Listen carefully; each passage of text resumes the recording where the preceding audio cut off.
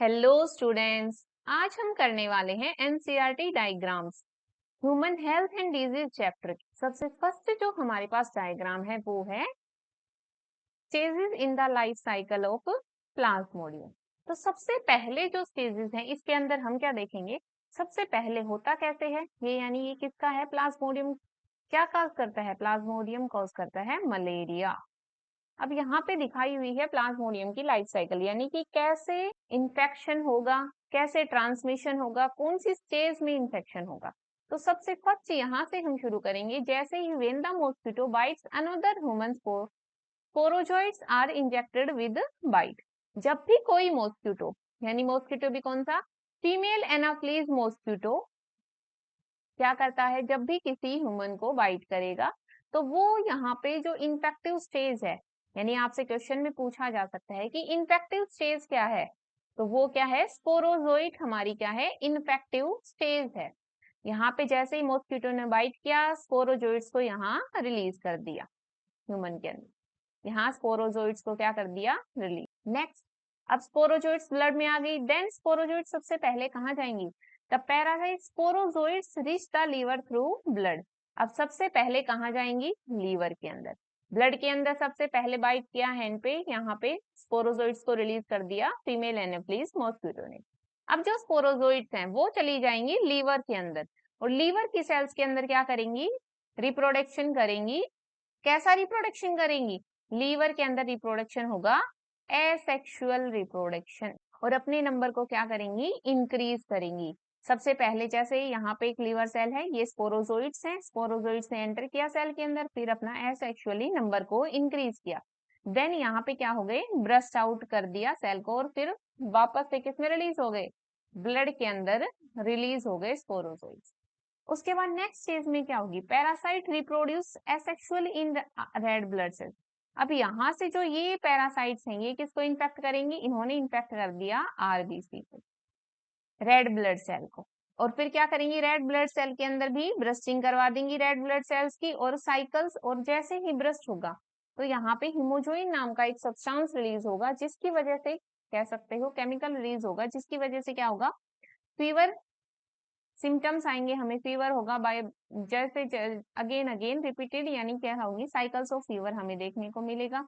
और किसकी वजह से, क्योंकि यहाँ आरबीसी को ब्रस्ट आउट किया, तो क्या यहाँ पे आरबीसी के अंदर एंटर किया स्पोरोजोइड सबसे पहले, फिर यहाँ पे अपने नंबर को इंक्रीज किया, एसेक्सुअली रिप्रोडक्शन किया, फिर यहाँ पे ब्रस्ट आउट हो गई आरबीसी से, वापस किसमें रिलीज हो गया, ब्लड के अंदर रिलीज हो गया।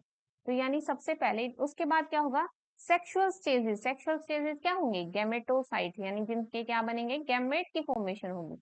वो कहाँ बनते हैं गैमेटोसाइट, आरबीसी के अंदर ही। यहाँ पे गैमेट्स बने, ये फीमेल गैमेट बना, ये मेल गैमेट बना। अब यहाँ तक ये जो साइकिल है ये तो चलेगी किसमें, ह्यूमन होस्ट के अंदर। जो मलेरिया है उसके अंदर जो प्लाज्मोडियम पैरासाइट है वो कितने होस्ट रखता है, उसके दो होस्ट हैं, फर्स्ट एक ह्यूमन होस्ट, देन है मॉस्किटो होस्ट, देन कोई अदर, अगर जो भी ये इन्फेक्टेड पर्सन है इसको किसी दूसरे मॉस्किटो ने बाइट किया तो यहाँ से क्या करेगा, इन स्पोरोसाइट यानी इन गैमेटोसाइट को क्या कर लेगा अपने ब्लड के अंदर। जैसे इस इन्फेक्टेड पर्सन को इस मॉस्किटो बाइट करेगा तो क्या करेगा, यहाँ से इसके ब्लड के थ्रू गैमेटोसाइट किसमें चले गए, हमारे इंसेक्ट मॉस्किटो के अंदर चली गई। नेक्स्ट क्या होंगे, female mosquito take up gametocyte with blood meal. जैसे ब्लड को इनटेक करेगी वैसे ही उसके साथ में गैमेटोसाइट भी ट्रांसफर हो गई हमारे ह्यूमन होस्ट से मॉस्किटो होस्ट के अंदर। नेक्स्ट क्या होगा, यहाँ पे फर्टिलाइजेशन होगा। यहाँ पे फर्टिलाइजेशन के बाद किसका फर्टिलाइजेशन, जो दोनों गैमेट्स थे, मेल और फीमेल गैमेट्स थे, उन दोनों का फ्यूजन होगा। सेक्सुअल रिप्रोडक्शन किसमें होगा, मॉस्किटो, और मॉस्किटो की कहाँ पे, गट के अंदर। उसके बाद जो यहाँ पे गैमेट, दोनों गैमेट ने फ्यूजन कर लिया, फर्टिलाइजेशन हो गया। अब जो फर्दर डेवलपमेंट है, यानी जो मैच्योर इन्फेक्टिव स्टेज है यानी स्पोरोजोइड, वो कहाँ जाएंगी, वो गट से चली जाएंगी किसके अंदर, स्लाइवरी ग्लैंड के अंदर, मॉस्किटो के अंदर। और वापस से जब ये मॉस्किटो किसी दूसरे हेल्दी पर्सन को बाइट करेगा तो वापस से फिर से यही साइकिल रिपीट होगी। एक बार हम फिर से एक साइकिल को देखते हैं। सबसे पहले फीमेल एनाफ्लीज मॉस्किटो ने ह्यूमन को बाइट किया, एक हेल्दी ह्यूमन को। तो कौन सी इन्फेक्टिव स्टेज है प्लाज्मोडियम के अंदर, स्पोरोजोइट को यहाँ रिलीज कर दिया ब्लड के अंदर। स्पोरोजोइट्स यहाँ ब्लड के बाद कहाँ आ गए, लीवर के अंदर। लीवर के अंदर उन्होंने क्या किया, अपने नंबर को इंक्रीज किया, एसेक्सुअली रिप्रोडक्शन किया यहाँ पे। देन क्या हुआ, ब्रस्ट आउट हुई और फिर इन्फेक्ट कर दिया आरबीसी को। आरबीसी के अंदर भी क्या किया, एसेक्सुअली रिप्रोडक्शन किया। देन आरबीसी के अंदर, आरबीसी को ब्रस्ट आउट किया, इसी टाइम पीरियड के अंदर यहाँ पे हमें साइकिल्स ऑफ फीवर देखने को मिलेंगे उस पर्सन के अंदर। नेक्स्ट उसके बाद में आरबीसी के अंदर ही गैमेट्स की डेवलपमेंट भी कहाँ हुई, गैमेटोसाइट की डेवलपमेंट भी कहाँ हुई, आरबीसी के अंदर ही हुई। फिर जैसे ही एक इन्फेक्टेड पर्सन को एक मॉस्किटो ने बाइट किया तो वहां से जैसे ब्लड के साथ साथ में क्या चले गई, जो गैमेटोसाइट्स बने थे यहाँ, वो भी मॉस्किटो के अंदर ट्रांसफर हो गई। अब यहाँ पे मॉस्किटो की गट के अंदर रिप्रोडक्शन होगा कैसा, सेक्सुअल रिप्रोडक्शन होगा मॉस्किटो की गट के अंदर। और यहाँ पे गट से रिप्रोडक्शन होने के बाद उनको ट्रांसमैच्योरेशन, वो माइग्रेट कर जाएंगी कहाँ पे, लाइवरी ग्लैंड्स के अंदर, यहाँ स्टोर रहेंगी। जब भी ये इंसेक्ट किसी दूसरे पर्सन को बाइट करेगा, ब्लड के साथ साथ जैसे ही ब्लड को सक करेगा उसी टाइम पे इन स्पोरोजोइट्स को भी रिलीज कर देगा। ये पूरी है प्लाज्मोडियम की stages in the life cycle of Plasmodium. दो होस्ट होते हैं, mosquito host and human host. अब हमारे पास बच्चों जो नेक्स्ट डायग्राम है वो किसका, इस डायग्राम में क्या शो हो रहा है, यहाँ पे हमें स्किन कैसी हुई दिख रही है, हमें स्किन दिख रही है ड्राई। और यहाँ पे इन्फेक्शन, कैसा इन्फेक्शन है, यहाँ पे ये इन्फेक्शन है, यहाँ पे diagram showing ring worm affected area of the skin, यानी ये किससे अफेक्टेड है, रिंग वोम से अफेक्टेड है ये यहाँ पे स्किन। और यहाँ पे क्या है, ये एक फंगल इन्फेक्शन है, कैसा इन्फेक्शन है, फंगल इन्फेक्शन है, यानी फंगस की वजह से यहाँ पे ये इन्फेक्शन हुआ है। अब यहाँ पे फंगस के अंदर भी कौन कौन से, मेनली जो तीन जेनरा जो हम कह सकते हैं मेनली, एक माइक्रोस्पोरम, फर्स्ट हमारा है माइक्रोस्पोरम, नेक्स्ट हमारे पास है ट्राइकोफाइटोन, और थर्ड हमारे पास है एपिडर्मोफाइटोन।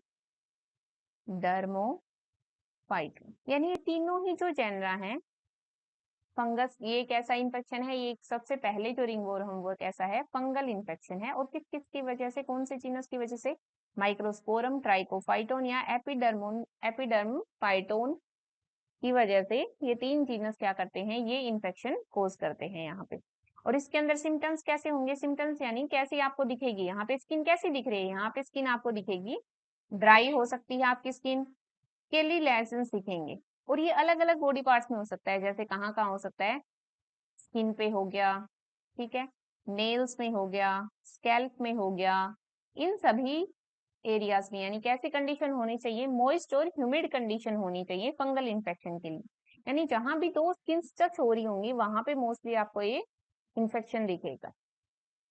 तो यानी इस डायग्राम के अंदर हमें क्या दिखाया हुआ है, diagram showing ringworm affected area of skin. यहाँ पे क्या हुआ है, एक फंगल इन्फेक्शन, ये वाला एरिया जो आपको दिखाया हुआ है ये है इन्फेक्शन एरिया, ये एक फंगल इन्फेक्शन है। और कौन कौन सी जीनस की वजह से होता है, माइक्रोस्पोरम, ट्राइकोफाइटोन, एपिडर्मोफाइटोन।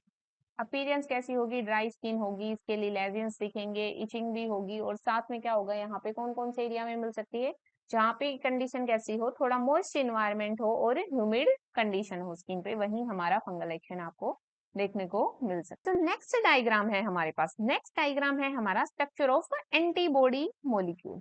यहाँ पे देखो ये किसका स्ट्रक्चर है, ये है एंटीबॉडी मॉलिक्यूल का। अब आपको पता है एंटीबॉडी के अंदर हम क्या लिख सकते हैं, H2L2, यानी H2L2 का मतलब क्या होता है, एक हैवी चेन है यहाँ पे, और L से लाइट चेन का मतलब है, यहाँ पे दो तो होंगी हैवी चेन और दो ही होंगी यहाँ पे लाइट चेन।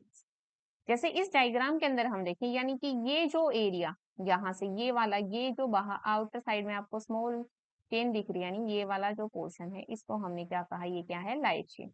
एक light chain, first light chain यहाँ पे, और सेकंड लाइट चेन कहाँ, ये वाली सेकंड लाइट, ठीक है।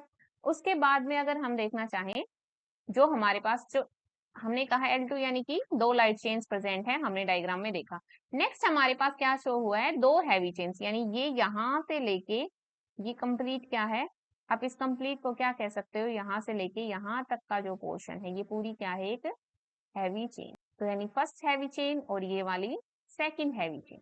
यानी हमने कहा एंटीबॉडी स्ट्रक्चर के अंदर दो लाइट चेन मिलेंगी, दो हैवी चेन। तो डायग्राम के अंदर भी क्या दिखा हुआ है, यहाँ पे दो लाइट चेन्स है और ये वाली दो हैवी चेन्स है। इसी के साथ में जो सेकंड थिंग है हमारे पास जो डायग्राम के अंदर है वो क्या है, यहाँ पे जैसे ही हम देखेंगे सेकंड जो चीज है यहाँ पे डायग्राम के अंदर वो क्या दिखाई हुई है हमें, यहाँ पे ये कैसे बॉन्ड है, यहाँ पे ये बॉन्ड्स हैं disulphide bonds. Disulphide bonds दो टाइप के हो सकते हैं, जैसे हमने कहा ये कैसे हैं, डाई सल्फाइड बॉन्ड। अब डाई सल्फाइड में दो हो सकते हैं, यानी सल्फर सल्फर बॉन्ड हो सकते हैं। एक हो सकता है इंट्रा यानी सिंगल चेन के अंदर, और एक हमारे पास होता है इंटर डाई सल्फाइड। अब यहाँ पे ये देखो, यानी कि जब सिंगल चेन इन्वॉल्व हो बॉन्ड बनाने में तो उसको हम क्या कहेंगे, इंट्रा। अगर दो डिफरेंट चेन हो तो हम उसको क्या कहेंगे, इंटर। जैसे हम काउंट करते हैं intra bond, intra disulphide bond कितने हैं। जैसे यहाँ पे क्या है, ये सिर्फ इसमें लाइट चेन इन्वॉल्व है, यानी ये कैसा बॉन्ड है, intra disulphide bond. Second intra disulphide bond, ऐसे ये थर्ड, और ये नेक्स्ट इधर भी हम देखेंगे तो फिफ्थ, सिक्स्थ, और ये सेवन, और ये, यानी इंट्रा के अंदर हम क्या समझते हैं कि सिर्फ एक ही चेन इन्वॉल्व है तो हम उसे कहेंगे इंट्रा। 8 हो गया। देन यहाँ पे 4 यहाँ पे है, यानी टोटल कितने हो गए, जैसे हम काउंट करें 9, ये 10, ये 11, और ये 12, यानी टोटल कितने डाई इंट्रा डाइसल्फाइड बॉन्ड है, 12 इंट्रा डाइसल्फाइड बॉन्ड। और उसके बाद हम गिनते हैं इंटर। इंटर का मतलब क्या होता है, जैसे आप ये कहेंगे इंटर के अंदर कि दो अलग अलग चेन्स जब इन्वॉल्व होंगी तो हम इसे कहेंगे इंटर डाइसल्फाइड बॉन्ड। जैसे यहाँ पे ये हैवी चेन है और ये है लाइट चेन, इनके बीच में जो ये बॉन्ड है, ये बॉन्ड कैसा है, इंटर डाइसल्फाइड बॉन्ड। और यहाँ भी कैसा है, इंटर डाइसल्फाइड बॉन्ड। और थर्ड एंड फोर्थ, यानी कितने इंटर डाइसल्फाइड बॉन्ड है, 4 इंटर डाइसल्फाइड बॉन्ड है। तो टोटल बॉन्ड्स कितने हो गए, 4, 5 यहाँ पे, 5 यहाँ पे, 10, 10 के बाद ये 2, 12, 14, 15, 16, यानी टोटल कितने हैं, 16 बॉन्ड्स हैं। यानी टोटल कितने बॉन्ड हैं, 16 डाइसल्फाइड बॉन्ड है, जिनमें से 12 इंट्रा है और 4 क्या है, इंटर डाइसल्फाइड बॉन्ड है। उसके बाद हम डायग्राम के अंदर देखें तो ये जो यहाँ पे जो साइट है ये क्या दिखाई है, एंटीजन बाइंडिंग साइट। एंटीबॉडी का काम क्या होता है, एंटीजन के साथ बाइंड करना, उसको डिस्ट्रॉय करना।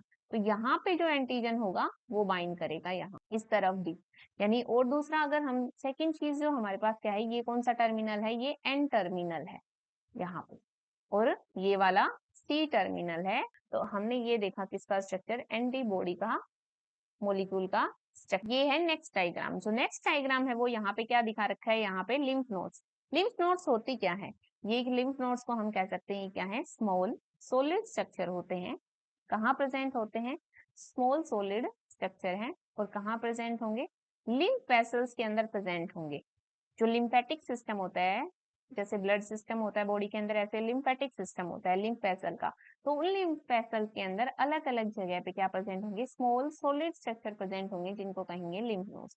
अब इन लिम्फ नोड्स का काम क्या है, इन लिम्फ नोड्स पे क्या होता है कि जो इनका काम होता है ट्रैप एंटीजन। एंटीजन्स के ट्रैप होते हैं यहाँ, ये क्या करेंगे, लिम्फो जो हमारा एक्टिवेशन सिस्टम है लिम्फोसाइट्स को एक्टिवेट कर देंगे, और वो क्या करेंगे यहाँ पे फिर जो एंटीजन्स हैं उनको क्या करेंगी, किल कर देंगे यहाँ पे। तो लिम्फ नोड्स क्या होते हैं, स्मॉल सॉलिड स्ट्रक्चर होते हैं। कहाँ प्रेजेंट होते हैं, लिम्फ वेसल्स है, लिम्फेटिक सिस्टम है, वहां पे प्रेजेंट होगा। और ये काम क्या करते हैं, एंटीजन्स को ट्रैप करते हैं। एंटीजन्स के ट्रैप के बाद में क्या होगा, एक्टिवेशन हो जाएगा किसका, लिम्फोसाइट का, एक्टिवेशन ऑफ लिम्फोसाइट। और लिम्फोसाइट्स क्या करेंगी, लिम्फोसाइट्स के एक्टिवेशन के बाद इम्यून रिस्पॉन्स जनरेट होगा और फिर एंटीजेंस को किल कर दिया जाएगा। नेक्स्ट जो हमारे पास यहाँ पे जो डायग्राम दिखाया हुआ है, ये क्या है, थाइमस। थाइमस का काम क्या होता है, थाइमस हमारी प्रेजेंट होती है, क्या होती है, इसकी जो साइज है, जैसे जैसे अगर हम बात करें तो बर्थ के टाइम पे इसकी साइज लार्ज होती है, बट जैसे जैसे एज के साथ क्या होती है, इसकी साइज डिक्रीज होती रहती है। और इसका काम क्या है, यहाँ पे थाइमस का काम है, इन्वायरमेंट प्रोवाइड करती है maturation of T lymphocyte.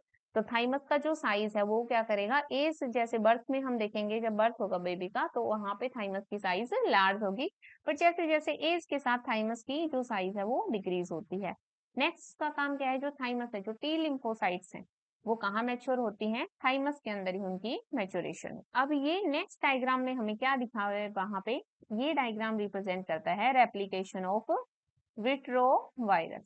Retrovirus होते क्या है, यानी कि यहाँ पे क्या है, ये स्ट्रक्चर आपको शो किया हुआ है रिट्रोवायरस का, ये क्या है, उसका जेनेटिक मटेरियल है यहाँ पे।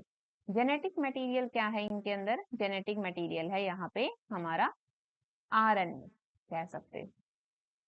और यहाँ पे जो आउटर साइड में ये क्या है, यहाँ पे ये दिखाई हुई है वायरल प्रोटीन कोट, यानी इनके अंदर क्या प्रेजेंट होंगी? वायरल प्रोटीन कोट प्रेजेंट होगी और साथ में आरएनए जेनेटिक मटेरियल की तरह प्रेजेंट होगा। अब ये वायरस ने इन्फेक्ट कर दिया नॉर्मल किसी एनिमल सेल को, तो सबसे पहले ये क्या करेगा? इन्फेक्शन करेगा, तो प्रोटीन कोड तो कहाँ रह जाएगी? आउटसाइड में। और किसको इंसर्ट कर देगा एनिमल सेल के अंदर? आरएनए को इंट्रोड्यूस कर देगा सेल के अंदर। अब आरएनए कन्वर्ट होगा किसमें? डीएनए के अंदर। यानी ये क्या है? आरएनए, यहाँ पे ये आरएनए था, आरएनए किस में कन्वर्ट हो गया? डीएनए के अंदर कन्वर्ट हो गया। अब जो ये वायरल डीएनए है किस वजह से बना? ये बना, यहाँ पे एंजाइम आया, reverse transcriptase enzyme. Reverse transcriptase enzyme का काम होता है कि आरएनए से डीएनए की फॉर्मेशन होगी, तब कौन सा एंजाइम आएगा? रिवर्स ट्रांसक्रिप्टेज आएगा। नेक्स्ट क्या हुआ? यहाँ पे जो वायरल डीएनए बना था वो इनकॉर्पोरेट हो गया होस्ट के जीनोम के अंदर। अब यहाँ पे होस्ट जीनोम के अंदर इनकॉर्पोरेट होने के साथ साथ उसने क्या किया? जैसे ही होस्ट डीएनए अपना रेप्लिकेशन करेगा वैसे ही यहाँ उसी के साथ में वायरल डीएनए भी क्या कर लेगा? अपने नंबर को इंक्रीज कर लेगा, अपनी कॉपी बना लेगा। न्यू वायरल आरएनए क्या करेगा? जैसे यहाँ पे new viral RNA is produced. अब यहाँ से ये सेल है, अब ये सेल क्या करेगी? यहाँ से न्यू वायरल आरएनए हमारे पास प्रोड्यूस हो, यानी वायरस का जेनेटिक मटेरियल हमारे पास प्रोड्यूस हो चुका है।